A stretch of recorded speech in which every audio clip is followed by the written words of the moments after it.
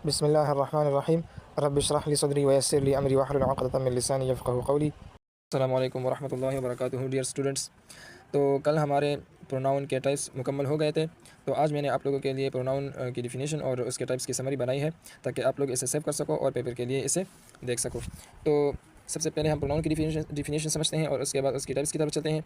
तो प्रोनाउन किसे कहते हैं? प्रोनाउन एक ऐसा लफ्ज़ होता है जो कि हम किसी नाउन की जगह पर इस्तेमाल करते हैं। क्योंकि वो नाउन बार बार आ रहा है और ये बार बार आना ये बहुत बुरा लगता है, तो इसलिए हम उस नाउन की जगह पर एक लफ्ज़ इस्तेमाल करते हैं।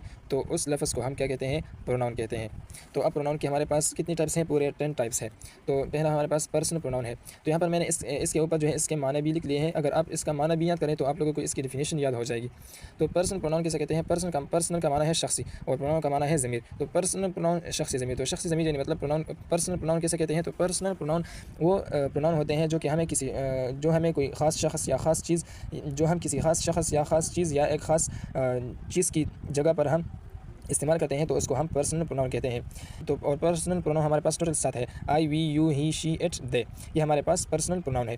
और अब हम इसकी पर्सन्स की तरफ चलते हैं। तो पर्सनल प्रोनाउन जो है ये हमारे पास हमारे पास 3 पर्सन्स है। फर्स्ट पर्सन, सेकंड पर्सन और थर्ड पर्सन। तो फर्स्ट पर्सन किसे कहते हैं? तो फर्स्ट पर्सन का मतलब है मुतकल्लिम, यानी मतलब एक शख्स है और वो अपने बारे में कुछ बता रहा है, तो वो अपना नाम लेने के बजाय एक लफ्ज़ का इस्तेमाल करेगा, तो उसको हम क्या कहते हैं? पर्सनल प्रोनाउन कहते हैं। और वो किस पर्सन में आएगा? वो फर्स्ट पर्सन में आएगा। और हमारे पास फर्स्ट पर्सन के 2 अल्फाज हैं, एक आई है और दूसरा वी है। अगर वो बात करने वाला एक शख्स हो तो वो अपने लिए आई का इस्तेमाल करेगा, और अगर वो बहुत सारे लोग हो तो वो अपने लिए वी का इस्तेमाल करेंगे। और दूसरा हमारे पास सेकंड पर्सन है। तो सेकंड पर्सन किसे कहते हैं? सेकंड पर्सन का मतलब है मुखातिब, यानी मतलब ये शख्स तो जब एक शख्स बात करता है तो वो किसी न किसी को तो करता ही है ना। तो जिसको वो बात कर रहा है तो वो उसका नाम लेने के बजाय एक लफ्ज़ का इस्तेमाल करेगा जिसको हम पर्सनल प्रोनाउन कहते हैं। और इस पर्सनल प्रोनाउन के किस पर्सन में वो आएगा? वो थर्ड पर्सन में आएगा। और वो कौन सा लफ्ज़ है? वो हमारे पास सिर्फ एक लफ्ज़ है जो है यू। और तीसरा हमारे पास थर्ड पर्सन है। तो थर्ड पर्सन किसे कहते हैं? थर्ड पर्सन का मतलब है यानी मतलब गायब, जो वहाँ पर मौजूद ना हो। ये दोनों यानी मतलब जब एक शख्स किसी दूसरे शख्स को बात करता है तो वो तो किसी न किसी के बारे में तो बात करेगा ही ना, तो वो उसका नाम नहीं लेगा, बल्कि उसके लिए एक लफ्ज़ इस्तेमाल करेगा, उसको हम पर्सन प्रोनाउन कहते हैं। और फिर ये किस पर्सन में आएगा? वो थर्ड पर्सन में आएगा। तो वो हमारे पास कौन से अल्फाज है? वो हमारे पास 4 अल्फाज हैं, ही, शी, इट, दे। अगर वो शख्स यानी जिसके बारे में ये लोग बात कर रहे हैं वो एक लड़का हो तो वहाँ पर हम ही का इस्तेमाल करते हैं। और अगर वो एक लड़की हो तो वहाँ पर हम शी का इस्तेमाल करते हैं। और अगर वो कोई चीज़ हो या फिर कोई एनिमल हो तो वहाँ पर हम इट का इस्तेमाल करते हैं। और अगर वो बहुत सारे लोग हो तो वहाँ पर हम दे का इस्तेमाल करते हैं। तो ये था पर्सनल प्रोनाउन। तो अब हम पॉजिटिव प्रोनाउन की तरफ चलते हैं। पॉजिटिव प्रोनाउन कहते हैं, पॉजिटिव का माना क्या है? पॉजिटिव का माना है मिल्कियती। पॉजिटिव प्रोनाउन यानी मतलब मिल्कियती ज़मीर। तो अब मिल्कियती ज़मीर किसे कहते हैं, यानी पॉजिटिव प्रोनाउन किसे कहते हैं? पॉजिटिव प्रोनाउन वो ये एक ऐसा प्रोनाउन है जो किसी शख्स का या एक चीज़ का ताल्लुक किसी दूसरे शख्स या किसी दूसरे चीज़ के साथ ज़ाहिर करता है, तो उसको हम पॉजिटिव प्रोनाउन कहते हैं। जैसे कि यहाँ पर मैंने एग्जांपल लिख लिया है, दिस बैग इज़ माइन। तो यहाँ पर ये माइन जो है इसने क्या किया है? इसने इस बैग का ताल्लुक किसके साथ बयान किया है? मेरे साथ। तो अब यहाँ पर ये माइन जो है ये क्या है? ये पॉजिटिव प्रोनाउन हुआ। और इस तरह हमारे पास बहुत से पॉजिटिव प्रोनाउन है। यूअर्स भी है, देयर्स भी है, और हर्स भी है, और हिज भी है, और इट्स भी है। ये हमारे पास पॉजिटिव प्रोनाउन है। तो इंडेफिनिट प्रोनाउन किसे कहते हैं? इंडेफिनिट प्रोनाउन का माना है गैर मुअय्यन। और जिस तरह इसका माना गैर मुअय्यन है तो इसी तरह ये काम भी गैर मुअय्यन की तरह करता है। यानी मतलब इंडेफिनिट प्रोनाउन ऐसे प्रोनाउन होते हैं जो कि चीज़ों को ज़ाहिर करने के लिए हम इस्तेमाल करते हैं, अशख़ास को ज़ाहिर करने के लिए इस्तेमाल करते हैं, या एनिमल को ज़ाहिर करने के लिए इस्तेमाल करते हैं। लेकिन ये ना किसी ख़ास शख़्स को ज़ाहिर करता है, और ना किसी ख़ास चीज़ को ज़ाहिर करता है, और ना किसी ख़ास एनिमल को ज़ाहिर करता है। जैसे कि यहाँ पर मैंने एग्जांपल लिख लिया है, someone was working in the shop. कोई काम कर रहा था शॉप में, यानी दुकान में कोई काम कर रहा था। तो अब यहाँ पर ये कोई जो है यानी मतलब समवन, ये एक शख्स के लिए इस्तेमाल हुआ है, लेकिन कौन है उसका हमें पता नहीं है कि कौन है, लेकिन शख्स के लिए इस्तेमाल हुआ। तो अब यहाँ पर ये समवन जो है ये क्या है? ये एक शख्स के लिए इस्तेमाल हो गया है, लेकिन किसी मुअय्यन शख्स के लिए इस्तेमाल नहीं हुआ है कि कौन काम कर रहा था, बल्कि गैर मुअय्यन शख्स के लिए इस्तेमाल हुआ है। तो यहाँ पर ये इंडेफिनिट प्रोनाउन हुआ। तो इंटरोगेटिव प्रोनाउन किसे कहते हैं? इंटरोगेटिव का माना है सवालिया। और इंटरोगेटिव प्रोनाउन किसे कहते हैं? तो इंटरोगेटिव प्रोनाउन ऐसे प्रोनाउन होते हैं कि जिसके ज़रिए से हम किसी शख्स के बारे में या किसी चीज़ के बारे में या किसी एनिमल के बारे में सवाल करते हैं। जैसे कि मैं कहूँ कि व्हाट्स योर नेम, तो यहाँ पर ये व्हाट जो है ये क्या है? ये एक इंटरोगेटिव प्रोनाउन है। क्योंकि ये किसी शख्स से सवाल करने के लिए हमने इस्तेमाल कर दिया। और हमने कहा कि इंटरोगेटिव प्रोनाउन वो प्रोनाउन होता है कि जो किसी शख्स के बारे में या किसी चीज़ के बारे में या किसी एनिमल के बारे में सवाल करने के लिए हम इस्तेमाल करते हैं। और छठा हमारे पास एम्फेटिक प्रोनाउन है। एम्फेटिक का माना है ज़ोरिया, यानी मतलब ताकीदी। तो एम्फेटिक प्रोनाउन का क्या मतलब है? एम्फेटिक प्रोनाउन किसे कहते हैं? तो एम्फेटिक प्रोनाउन ऐसे प्रोनाउन है जो कि इस्तेमाल होते हैं ज़ोर देने के लिए किसी नाउन पर या प्रोनाउन पर, यानी मतलब नाउन पर या प्रोनाउन पर ज़ोर देने के लिए हम एम्फेटिक प्रोनाउन का इस्तेमाल करते हैं। जैसे कि कोई कहे कि मैंने पैसे कमाए, तो इस बात में जो है थोड़ा सा शक भी है कि क्या इसने पैसे ख़ुद कमाए हैं, अपने हाथों से कमाए हैं या फिर किसी और के ज़रिए से कमाए हैं। तो यहाँ पर इस शक को ख़त्म करने के लिए ये शख्स जो है ये अपने लिए एक लफ्ज़ इस्तेमाल करेगा जो वो शक ख़त्म करेगा। तो उस शक ख़त्म करने वाले लफ्ज़ को हम क्या कहेंगे, एम्फेटिक प्रोनाउन कहते हैं। जैसे कि मैंने आपको मिसाल दी कि मैंने पैसे कमाए, तो यहाँ पर इसमें शक है, तो इस शक को दूर करने के लिए ये शख्स क्या कहेगा, ये कहेगा कि मैंने पैसे ख़ुद कमाए। तो यहाँ पर जब इसने ख़ुद कहा तो वो शक ख़त्म हो गया। तो यहाँ पर हम इस ख़ुद को क्या कहेंगे, इसको हम एम्फेटिक प्रोनाउन कहते हैं। और मैं आप लोगों को अब इंग्लिश में एग्जांपल दे देता हूँ। तो इंग्लिश में मैंने एग्जांपल लिख लिया है, I myself wash the dishes, मैंने ख़ुद बर्तन धोए। तो यहाँ पर अगर हम कहें कि आई वॉश द डिशेज़, मैंने बर्तन धोए, तो इसमें शक का माना है कि क्या इसने ख़ुद बर्तन धोए हैं या फिर किसी और के ज़रिए से। तो इस शक को दूर करने के लिए हम क्या लाएंगे, माई सेल्फ लाएंगे। तो इस माई सेल्फ को हम एम्फेटिक प्रोनाउन कहते हैं। और साथ हमारे पास डिस्ट्रीब्यूटिव प्रोनाउन है। तो डिस्ट्रीब्यूटिव का माना है तकसीमी। तो डिस्ट्रीब्यूटिव प्रोनाउन कैसे कहते हैं, डिस्ट्रीब्यूटिव प्रोनाउन वो प्रोनाउन होता है जो कि ग्रुप के मेंबर्स को ज़ाहिर करता है लेकिन इनफरादी तौर पर।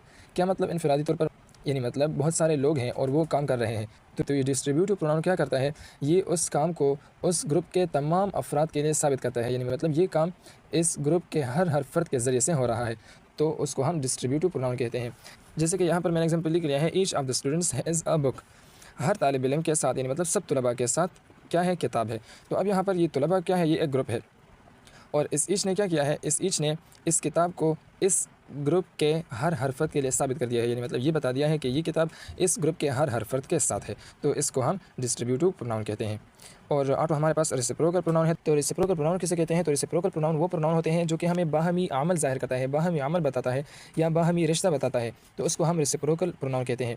और ये बाहमी ताल्लुक़ या तो ताल्लुक़ या अमल दो शख्सों या दो चीज़ों के दरमियान होगा और या बहुत सारे चीज़ों या शख्सों के दरमियान होगा। अगर दो शख्सों या चीज़ों के दरमियान हो तो वहाँ पर हम इसके लिए ईच अदर का इस्तेमाल करते हैं, और अगर बहुत सारे लोगों के दरमियान हो तो वहाँ पर हम वन अनदर का इस्तेमाल करते हैं। जैसे कि यहाँ पर मैंने एग्जांपल लिख लिया है, we should respect one another, हमें एक दूसरे की इज़्ज़त करनी चाहिए। तो यहाँ पर ये इज़्ज़त करना क्या है, ये एक काम है और ये कितने लोगों के दरमियान हो रहा है, बहुत सारे लोगों के दरमियान हो रहा है, तो इसलिए हम यहाँ पर वन अनदर का इस्तेमाल करेंगे। और अगर ये दो अशख़ास के दरमियान या दो चीज़ों के दरमियान होता तो फिर हम यहाँ पर हम ईच का इस्तेमाल करते। तो नौवां हमारे पास रिलेटिव प्रोनाउन है। रिलेटिव का मतलब है मुताल्लिका। तो रिलेटिव प्रोनाउन किसे कहते हैं, तो रिलेटिव प्रोनाउन एक ऐसा प्रोनाउन होता है कि जो एक नाउन को ज़ाहिर करता है लेकिन ये नाउन इस प्रोनाउन से पहले लाया गया हो और इस नाउन के बारे में कुछ मालूमात हमें इस प्रोनाउन के बाद दी गई हो। जैसे कि यहाँ पर मैंने एग्जांपल लिख लिया है, आई सा द मैन, मैंने एक शख्स को देखा। अब यहाँ पर ये मैन जो है ये क्या है, ये एक शख्स है और इसके बाद क्या आया है, हु लव्स मी, जो मुझसे मोहब्बत करता है। तो यहाँ पर ये हूँ जो है ये क्या है, इसके बाद प्रोनाउन आया है और ये प्रोनाउन इस नाउन को ज़ाहिर करता है और इस नाउन के बारे में मालूमात यानी लफ्ज़ मी ये इसके बारे में मालूमात है। तो ये हमें कहाँ पर दी गई है, इसके बाद दी गई है। तो यहाँ पर ये हूँ जो है ये रिलेटिव प्रोनाउन है। और 10वां हमारे पास क्या है, 10वां हमारे पास रिफ्लेक्सिव प्रोनाउन है। रिफ्लेक्सिव का मतलब है इनइकासी। तो अब इनइकासी का क्या माना है, इनइकासी का माना है वापस पलटना।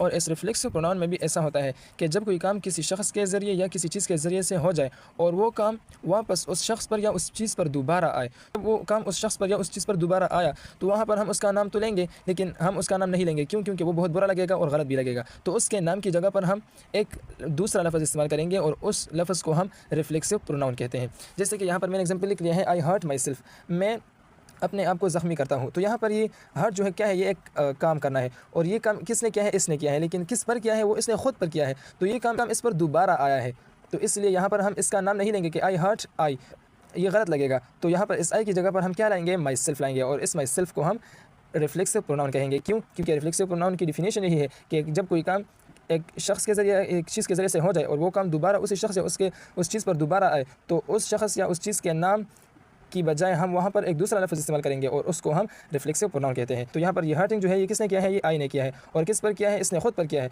तो यहाँ पर हम आई इस्तेमाल नहीं करेंगे क्योंकि वो गलत भी है और बुरा भी लगेगा। तो इसलिए हम आई की जगह पर माई सेल्फ का इस्तेमाल करेंगे और इस माई सेल्फ को हम रिफ्लेक्सिव प्रोनाउन कहते हैं। अब आप लोगों के जहन में रिफ्लेक्सिव प्रोनाउन और एम्फेटिक प्रोनाउन के बारे में एक शक पैदा होगा कि एम्फेटिक और रिफ्लेक्सिव में क्या फ़र्क है। तो एम्फेटिक जो है इसमें मैंने आप लोगों को कहा कि ज़ोर का माना होता है, यानी मतलब ज़ोर देने के लिए हम ये इस्तेमाल करते हैं कि ये काम मैंने खुद कर दिया है या उसने वो काम खुद कर दिया है। और रिफ्लेक्सिव प्रोनाउन में जो है इसी पर आता है जिसने वो काम किया हो और एम्फेटिक में उस पर काम वापस नहीं आता बल्कि सिर्फ ज़ोर का माना पैदा हो जाता है। तो ये इन दोनों में फ़र्क है। तो ये था आप लोगों का प्रोनाउन की डिफिनेशन और उसकी टाइप्स की समरी। तो उम्मीद है आप लोगों को समझ आ गई होगी। तो मिलते हैं अगली वीडियो में। वस्सलाम।